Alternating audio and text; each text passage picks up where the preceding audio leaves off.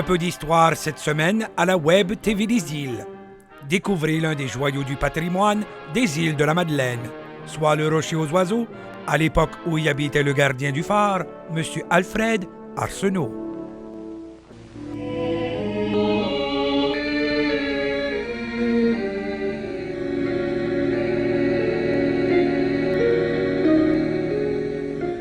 À 20 milles, au large des îles de la Madeleine, se dresse le Rocher aux Oiseaux.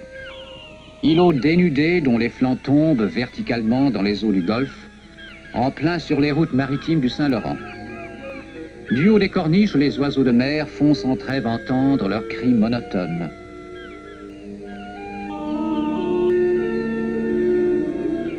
De jour, lorsqu'il fait beau, le dangereux rocher est facile à repérer.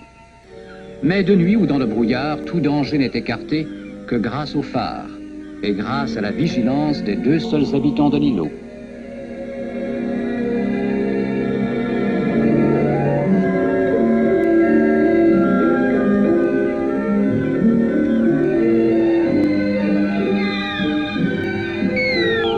Au retour de l'une de ses rares visites au monde extérieur, Alfred Arsenault est accueilli par son épouse qui a pris soin du phare en son absence.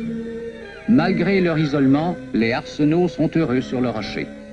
Par beau temps toutefois, ils ressentent davantage leur solitude car ils ont moins à faire. Un peu de lecture, du tricot, tout en écoutant la radio, leur seul trait d'union avec le reste du monde.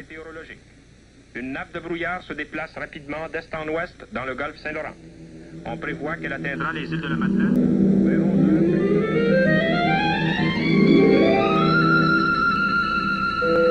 Avec le mauvais temps, c'est la fin de la vie monotone. Alfred Arsenault se remet joyeusement à la tâche. Ici, les pannes sont interdites.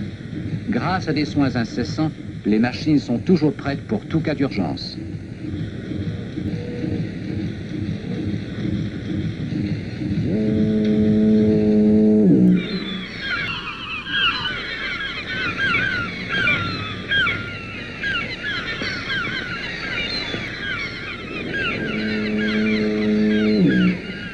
Chaque fois, le mugissement de la sirène chasse goélands et fous de bassin, seuls visiteurs de l'île. Leur voix est la seule qu'entend le gardien pendant la longue montée en spirale vers le sommet du phare.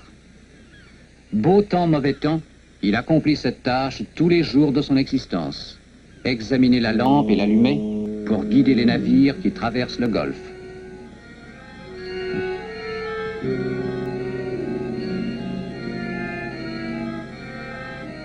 Le Rocher aux Oiseaux est le sujet de nombreuses légendes. On raconte que jadis, un canon avertisseur explosa, tuant le gardien du phare. Un autre gardien, dit-on, périt, broyé entre deux blocs de glace, pendant une chasse aux phoques.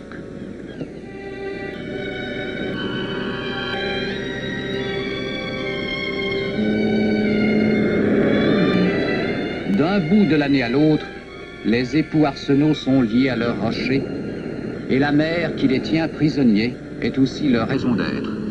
Quand le brouillard cerne les navires, les capitaines respirent plus librement en écoutant la voix puissante de la sentinelle du Golfe.